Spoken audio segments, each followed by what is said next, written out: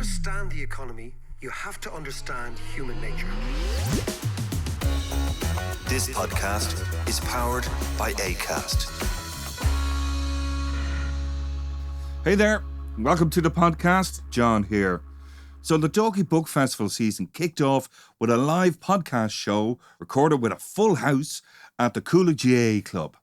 It was great crack and we covered lots of ground, including a discussion on America's waning power, the current and future state of the dollar. And we also chatted about the world being at an inflection point between two super cycles. But as it's a book festival, we kicked off our chat talking about money, a story of humanity, and what money is, its evolution and its impact on societies and cultures throughout history. So today we're going to bring you some of the highlights of the show. Sit back, enjoy, have a listen to this. I think actually, Mac, one of the reasons you may agree with me that this book is doing so well is that it's not just an economics book. It's not just a book about money.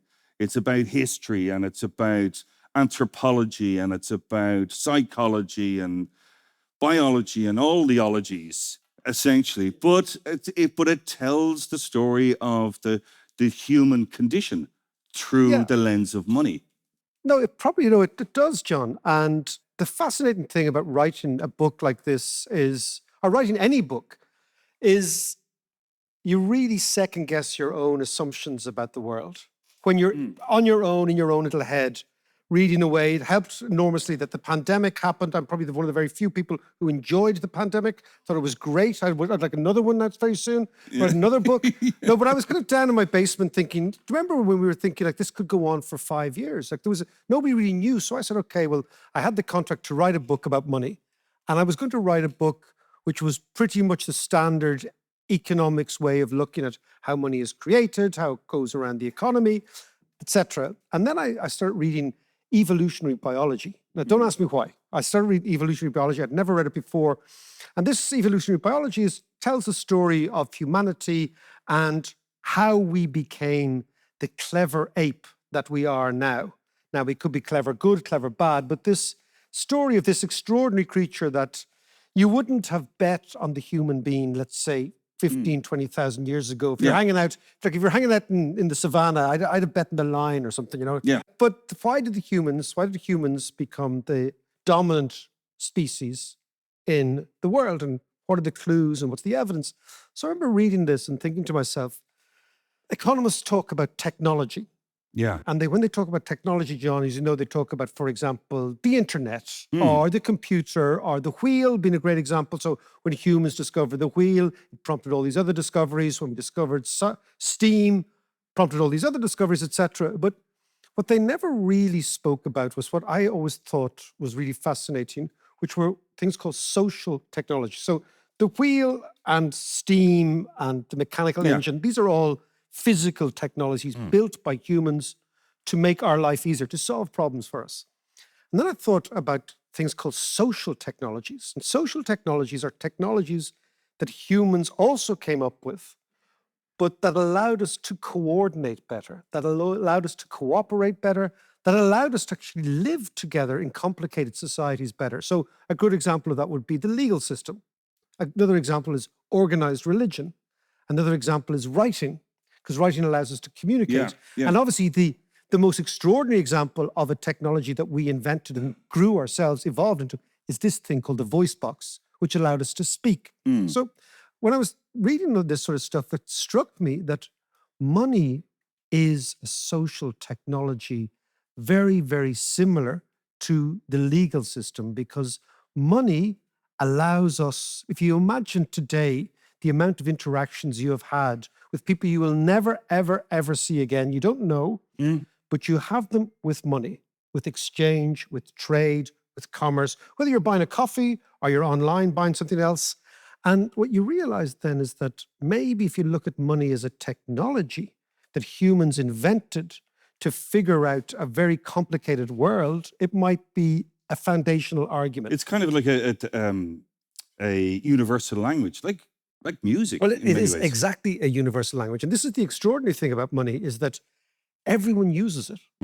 It's absolutely universal, maybe with the exception of 2 or 3 tribes in the Kalahari Desert, the 7 billion people who live on the planet use money every day, number one.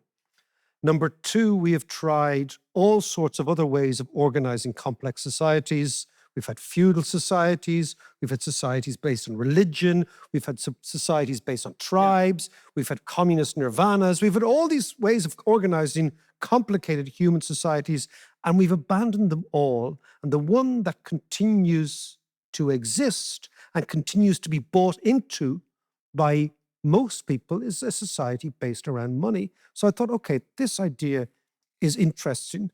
And then it struck me that economists don't actually understand money, which is a bit of a big reveal if you're a monetary economist. It's a bit worrying. Yeah. Well, no, I was going to say, like, we're going to cover as much as we possibly can in this hour. We're going to talk about America and the dollar and the super cycles and all that. But John, now that you mentioned the dollar, one of the reasons I think this discussion is more urgent now than it would have been maybe 5 years ago is that the foundational currency of the global financial system is the American dollar.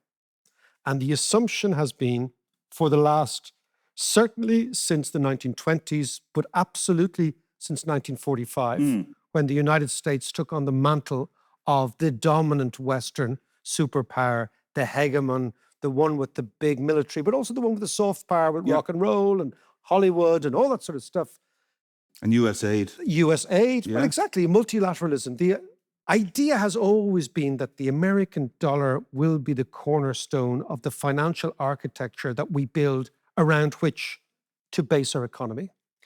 And I think in the last 6 months, that assumption is now something that people are beginning to second guess, which is our friend with the orange face in the White House, does he understand that he and his policies are chipping away at the credibility of America, and the most significant leading indicator, the canary in the coal mine, if you will, is not the Democratic Party, is not American public opinion, but it is the dollar. The dollar has now fallen to a 4-year low this morning. And I think the reason this discussion is a little bit more urgent than it would have been maybe a while ago is that if the dollar, the currency that basically keeps the whole thing together, is undermined by itself, which is quite an achievement by your own president, what comes after it? What comes in what they call the interregnum, in the period between when it gets weak? I'm not saying that the dollar is over, by no stretch of the imagination, but I think we're seeing the beginning of the end of a global monetary system that we in Ireland and in the UK and in Europe and certainly in the United States have assumed will be with us for a long, long time. And that chipping away, John, before we go back to the history, I think let's just focus. This is why I believe that at the moment discussions about money are more pertinent because they cover a multitude. And the dollar's undermining by a combination of Donald Trump, the tariffs, the positioning of the United States, the pulling out of multilateralism. For example, I think the Americans' next move, they'll pull out of the IMF. They've already pulled out of the World Health. What'll happen then? That's a massive issue for the global financial system. They've pulled out of the World Trade Organization. They have undermined US aid and all those sort of things. Trump has said, look, multilateralism is something we're not interested in at all. The next in the list has to be, nobody's talking about it. It has to be the World Bank. It has to be the IMF, because they believe the IMF and the World Bank are essentially old American ideas that come from a different regime. So that's it. So I'm just saying, there's so much to talk about just in that, like what will happen then and what that looks like and all the rest. But actually, we're going to try and get to all of that. We will get to it. But before that, I think it is important. We'll be wading through all this stuff. I think it's important that we kind of understand what money actually is, its power, its influence, and its part in the story of humanity. So while I was doing this thinking, I thought, okay, let's write a book that hasn't been written before. And I know that sounds weird, but most books have been written before. And they're just different iterations. Like good songs as well. Yeah, it's like good songs, so good melodies. There's only so many of them and whatever. So the idea would be, let's write a book that hasn't been written before from an economist who it's probably fair to say has grown a bit tired of his own tribe's ability to tell the story of money. And that struck me, it's a long time ago, John, as you know, when I worked in the central bank. I remember working in the central bank and talking to the chief economist and the governor. And I was really young. I was 24. Yeah, you were part-time, weren't you? I thought it was more or less part-time. I was civil service. I was in the cinema at 4 o'clock every day, having a smoke when you could smoke in the academy cinema, having a smoke, right?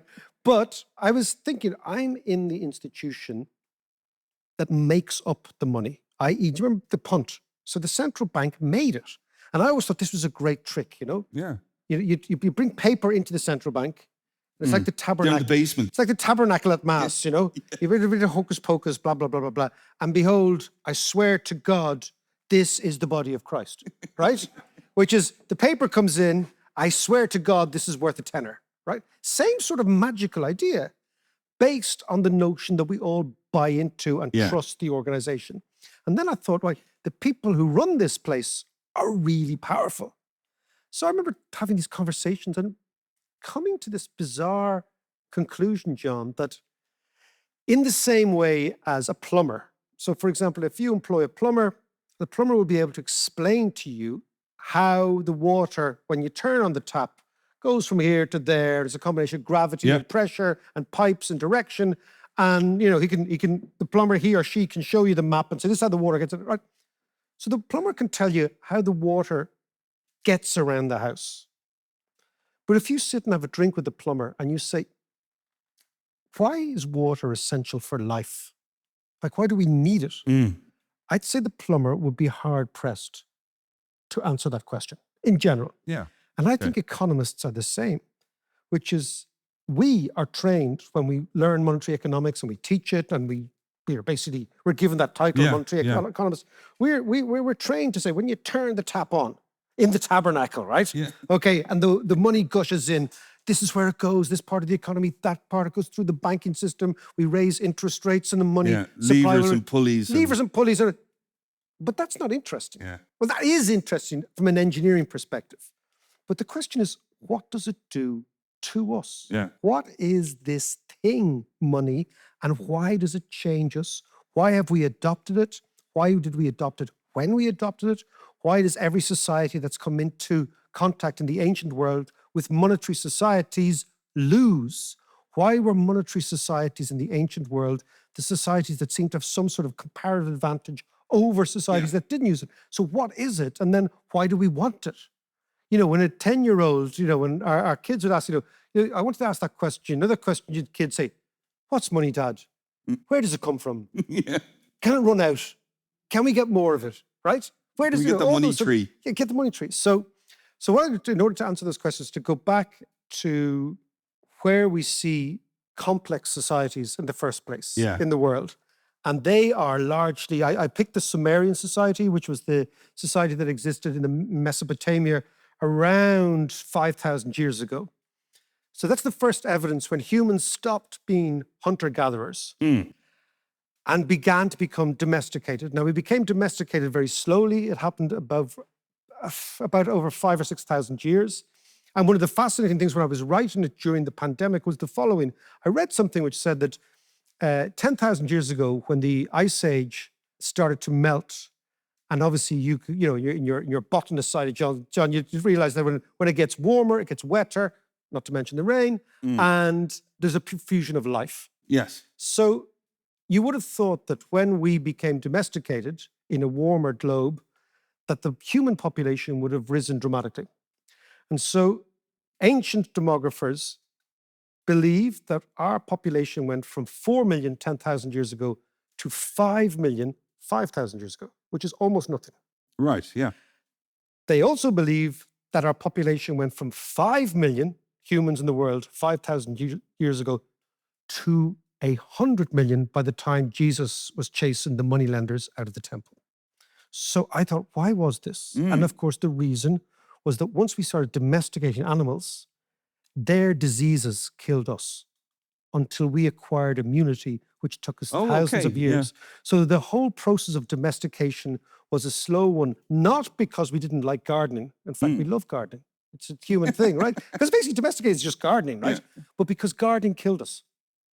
Yeah. And it took our immune systems about 3,000 or 4,000 years to identify these new pathogens, like the flu.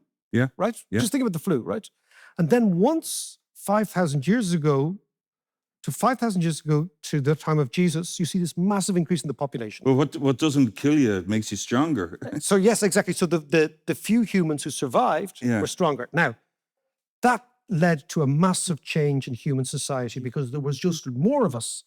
And that meant we had to deal with much more complicated situations. We had, prior to this, for the first 300,000 years, been actually dealing with our families. Yeah. You know, and our cousins and and small kins, tribes. Small and- tribes. Yeah. Once we start settling down, once the human population expands dramatically, we have to deal with thousands of people.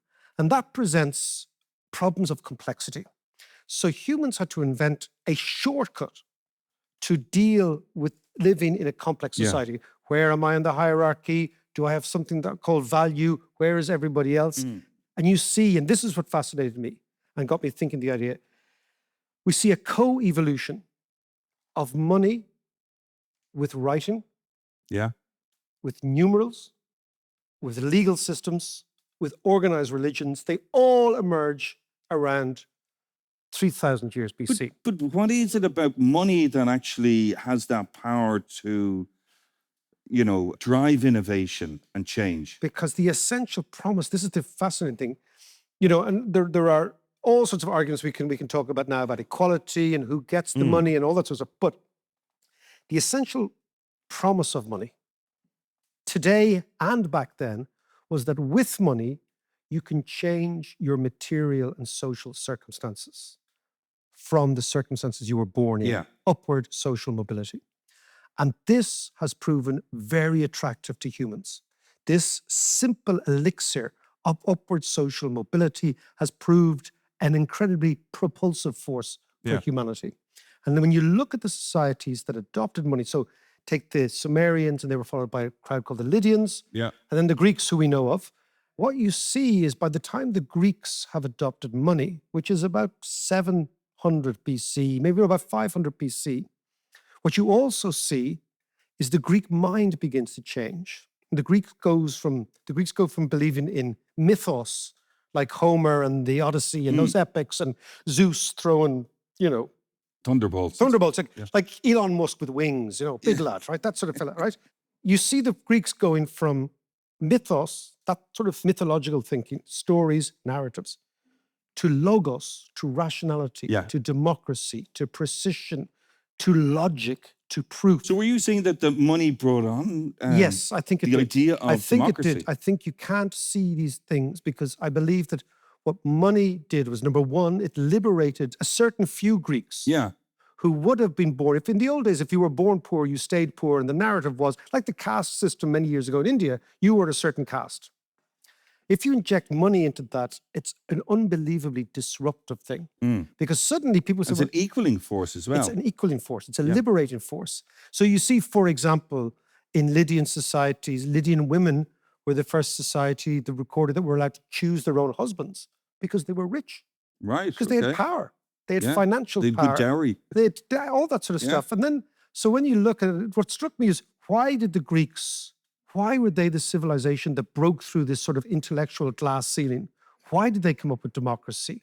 Why did they come up with Greek theater artistically miles ahead? Why did they come up with geometry? Why was it this crazy little nation? And the fascinating thing is, once you read about the Greeks, you realize they couldn't even feed themselves. They couldn't feed themselves. It was the first urban empire that couldn't feed itself. So how did they do it? Because they were commercial. They mined silver. Right. And they used money to coax other people to feed them. That's number one. Number two, they never had a big army. Yeah. And number three, they were entirely based around city-states around the Mediterranean, the Aegean, and the Black Sea. There wasn't a landmass. Like the Sumerians was a landmass. The Egyptians were a landmass. So that sort of thinking, John, in the basement late at night when the kids are saying, oh, fuck, there goes dad again with his mad theories, right? Got me thinking of looking at money as a much more eclectic, modernizing force that humans. So the book was going to be called The Fifth Element. So the reason was the following. Again, coming back to the Greeks believed the world came from the four elements. Yeah. You know, the earth, wind, fire, and water. Water, yeah. Okay, right? Plumber. Back to the plumber. Exactly, back to the plumber. And they believed that's how the world worked, and they were essential elements. I believe that money was the fifth element. That is the element that humans invented, amazingly, something that doesn't exist. Money only exists between our ears. It's not real, but we have made it real. Yeah. And that fifth element is the way to look at it. And if you look at mythology, you know, the whole idea of Prometheus getting elbowed out because Prometheus gave fire to humans and Zeus got all pissed off and he put poor old Prometheus in Georgia and his liver was eaten out and then it grew again. It's terrible, awful gory story. stuff, Awful great stuff, story, great stuff to be reading at night. But if fire was the Promethean force of the old ancient world, and people think that the reason that humans actually accelerated so much as hunter-gatherers is we're the only animal that mastered fire. And lots of anthropologists call us a pyrophyte species. Yeah. That we are a species that can be understood by our adaptation and our willingness to adapt fire to ourselves and our environment, which is why we look like the way we do, which is why we don't have big jaws, which is why we have actually small stomachs in comparison, which is why we have big brains, all that sort of stuff, right? And also socially, because around the fire, we cultivated interpersonal skills, chatting, talking, imagination. So if the first 200-odd thousand years of human existence was defined by our relationship with this natural technology called fire, I believe the last 5,000 years of human development cannot be understood, and nor can our world today be understood without understanding our relationship with this extraordinary technology that we invented. So the amazing thing about money, it doesn't exist in the animal world. Like your average dog doesn't worry about a tenner, right? You know, it's entirely human. It's entirely made up by us. And we have evolved with it, and it has evolved with us. And so the narrative in the book is to start there and then go through all the civilizations that we would regard, as you know, as you know, foundational civilizations, Romans, Greeks, you know, Renaissance, the Arabic Enlightenment, all the way through to now, and look at how every massive propulsion move in human civilization has been accompanied by, or actually driven by, innovations in money. Yeah, there's a bit of a chicken and egg at each juncture, really, isn't there? And money has shaped society, but it's also shaped the individual. It has an amazing power over the mind. And we say at the beginning of the podcast every time that to understand economics and money, you really need to understand human behavior. So how does it affect human behavior? So the reason that, humans are, this is where I think economics lost its way many, many years ago. What we know about humans is we are chatty creatures. We are very social. We talk to each other a lot. We influence each other a lot. We are, and again, it comes back to anthropology, the reasons that many anthropologists and evolutionary biologists think that humans are so successful is that we collaborate in a way that other animals don't do. And why do we do that? Because we can talk. Yeah. And when you can talk, you can create all sorts of narratives and whatever. So that is essentially the creature we're dealing with in the economy. A chatty, slightly indisciplined, slightly irrational, beautifully lovely, kind of stupid yoke, right? Yeah. Us. So, and that was the way economists thought about economics in the 19th century. They thought that economics was a branch of, or could be informed by, biology, by evolution, by looking at evolution and then what happened in the 20th century is that biology as the premier science declined and it was replaced by physics. Yeah. So Einstein and all these people, nuclear power. Yeah.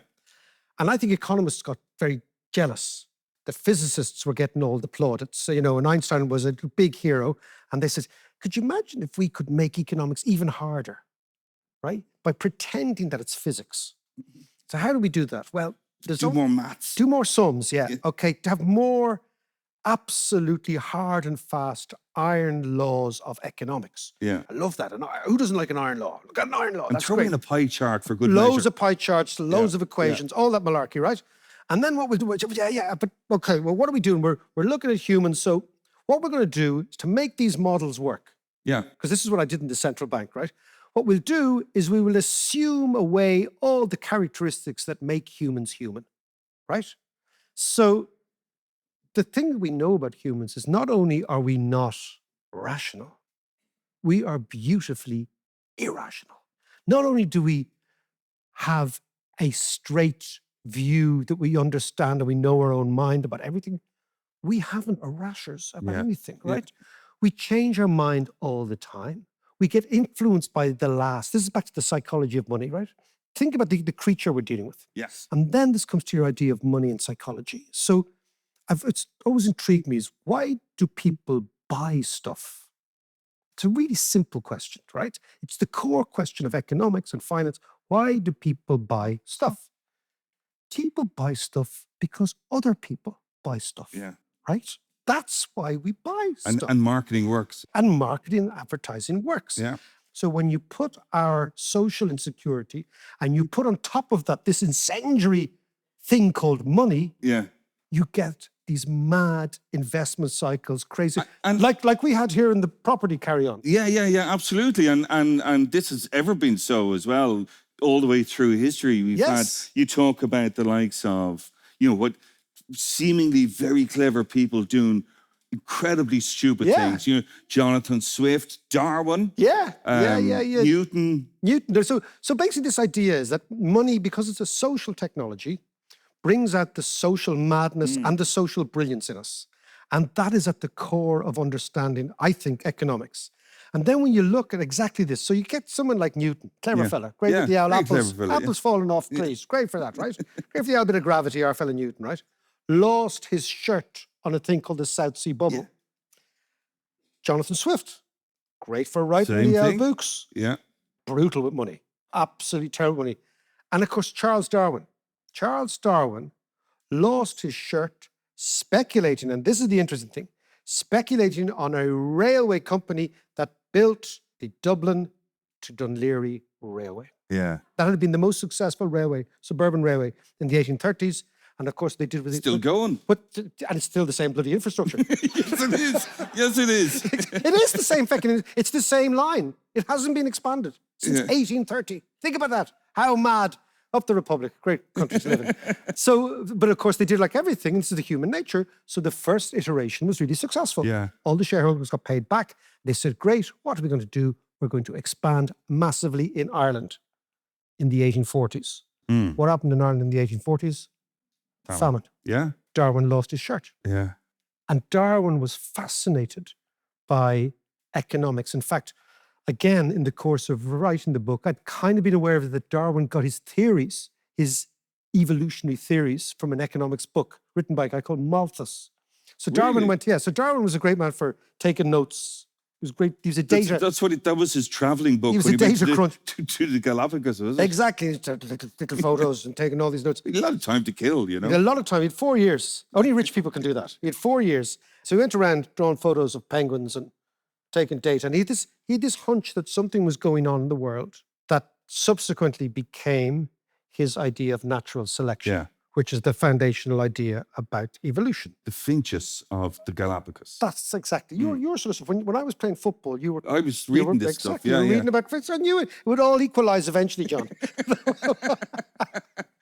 I'm running out of time. Not at all. You're miles ahead.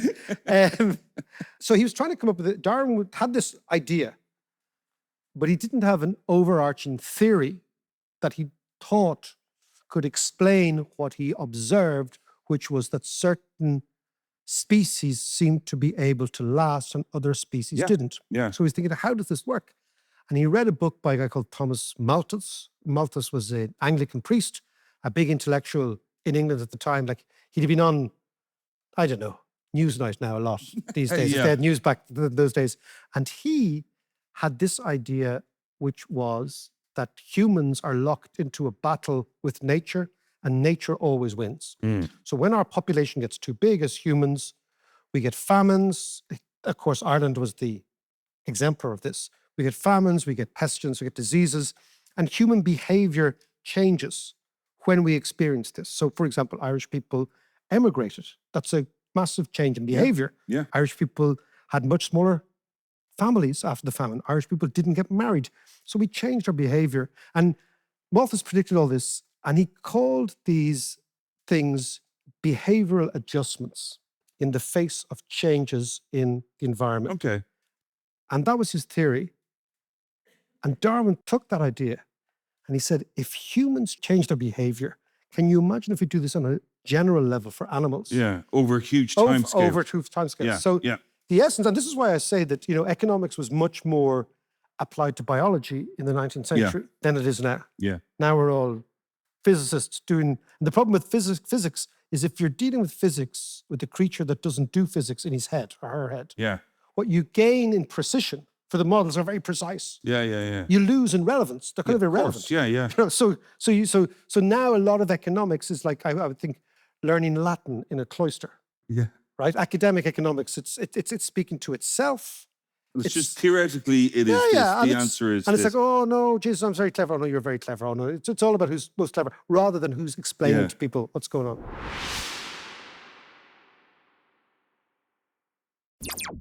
Let's just move it on a bit. Okay. Let's talk about, at the beginning there, you talked about super cycles Yeah. and the undermining of the dollar and America as a global power and the dollar as a leading indicator for this super cycle and what's actually happening. Where are we now? Okay, so I've always thought that it's better to look at economics and politics and sociology and demography and all those ideology in these super cycles that go in kind of 4 or 5 decade cycles. And I think that we had one in 1945 after the Second World War. That cycle went up to about 1990, let's say more or less the fall of the Berlin Wall. That cycle was a cycle dictated by America, American hegemony, the Cold War. Democracy was suppressed in many countries. Trade was managed, capital flows were managed, immigration was managed, etc. That cycle gives way to the cycle after the end of the Cold War, where Reagan and Thatcher become preeminent. You have the cycle we lived in, globalization, mass movement of capital, mass movement of trade, mass movement of goods around the world, mass movement of people, as we're seeing now, and also the proliferation of democracy and multilateralism and all that sort of stuff, particularly in Eastern Europe and in Africa, where you see countries that were under authoritarian rule becoming democratic. That has now run its course. And I think the reason we're so anxious is we are now at an inflection point between that old super cycle that lasted 40 years, and most of us in Ireland have grown up in that cycle, the one that really kicked off in the late 80s, early 90s. That has been the background noise for the Irish economy, for Irish society. I think we're moving into another super cycle. Why is it changing? Ethno-national. I think most of these super cycles have within their dynamic the seeds of their own destruction. So the seeds of their own destruction of the Cold War was, in effect, the Soviet Union ran out of money and ran out of ideas. Right. Okay. And it just ran out. It just couldn't do what it was doing. Yeah. I think now inequality has been the big one in the West. Yeah. So after the 2008 crash, we cut interest rates dramatically as a way to relaunch the economy. The dilemma for cutting interest rates is that it works eventually, but it doesn't work fairly for everybody. Yeah. So if you reduce interest rates as the way to kickstart the economy, what happens is it basically works through asset prices going up, house prices, share prices, etc. They go up, so you refloat the balance sheet, as happened here in Ireland. Okay.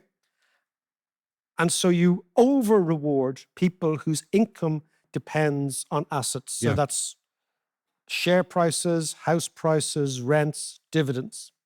At the same time, the people whose income depends on wages are having their wages suppressed by China. Being squeezed, because China has destroyed manufacturing in the West, right? So therefore, the problem is that there's far fewer people whose income depends on assets Yeah. than there are who go out to work for a living. Yeah. Right? Yeah, People yeah, who go to work for a living. And those people might find their stake in society is declining, but in a democracy, they might not have a stake, but they have a vote. Yeah. And they have exercised their displeasure at the status quo and the relative difference between asset owners and workers by voting in populist politicians Yeah. who says, I feel your pain. Yeah. I see where you're going. So we see that all over the So world. Trump, for Trump instance, is a great example of that. Yeah, he's a great example of that, but he's a symptom as opposed to a cause. Now he's accelerating Yeah. the whole thing. If we just stick to the dollar and the economy So for a second. Trump is evidence that something is wrong in the United States. Yeah, Right? And there's no point railing and say he's this, he's that, he's whatever. He is evidence that more Americans went to vote for him than voted for Kamala. More Americans voted for what he was selling. They bought what he was selling. And he said what he was going to do. He said he was going to round up immigrants. Yeah. He said he was going to isolate America. He said they were going to pull out of the multinational regimes. He Project said he was going to 2025. He said he was going to exactly. He said he was going to turn against the Europeans. He's done it all. Yeah. So It's a tick since he's. so there's nothing. There's nothing that Trump is doing that he didn't say he was going to do. Yeah. You know, he said it all. So my point is, and one of the dilemmas, there's two dilemmas, John. One is that the dollar weakens, Yes. right? And that I think is critically important for the financial architecture of the world. And the other thing for us Europeans is that Germany, for the first time since the Second World War, has decided to lead Europe. Yeah. It's going to rearm, it's going to redeploy its capital, it's going to re-engineer its manufacturing base, and it's going to be in the ascendancy. And that is a massive change for us. Because, Is that a problem, though? well, look, what we know about the Germans is that they are a serious crowd. Right? They are. I'm not too sure highly armed Germans, you know, walking around Central Europe is a great idea. And when they decide they're going to rearm, and when they decide they're going to take on the Russians, they will turn Ukraine into a fortress. They will turn Ukraine into a garrison. I've just come back from Lithuania. I've been having conversations in Riga and in Vilnius about how they see the world going forward. It's very much they will. Are they worried about the Germans? No, I think they should be, but they're not. Really? Okay. No, the reason they're not They're worried about about the Russians, of They're course. worried about the Russians. They're worried about the fact that the last time they were sandwiched between Russia and Germany and they had no hope at all in 1941. Yeah, yeah. So that's the world we're in, John. And that's the world that Trump has bequeathed us. And on the financial side, it means the dollar, which is this amazingly, beautifully weird thing called the American dollar, Yeah. which is the foundational stone of the global financial architecture, has been weakened. And the question we have now, and we don't really have a huge amount of time, is it weakened permanently? Or will the Americans reframe? But is there any currency that can replace it? No. So when the last time we had this was when the British pound declined in the 1920s after the First World War. The obvious candidate was the United States. It was the big power. It was the coming superpower. It was the economy that was actually booming. It was growing tremendously. It was absorbing in lots of people. We don't have such an economy now. What about China, renminbi, and Chinese? The thing about being the global reserve currency is you have to take on the responsibility of saving the world. And the Chinese don't want to do that. The Americans thought this was part and parcel of Pax Americana. Yeah. The Chinese have no such ambition. They do not have imperial ambitions in the way America did after the Second World War, or Britain did during the British Empire. The Europeans are we're the other obvious thing, but we have no sense of doing this because we have no leadership. Now, maybe under the Germans we will. Yeah. But my point is, we are in a new world, John. And that new world means discussing money is more urgent than ever because money will be the weapon that is deployed to change the world and mold it into something new that we have yet really got to figure out. Well, tune into the podcast because we'll be covering all of this over the next few years. Thank you all so much. It has been wonderful to talk to you about these issues, for you to listen. Thank you all very, very much. Thank you. Thank you.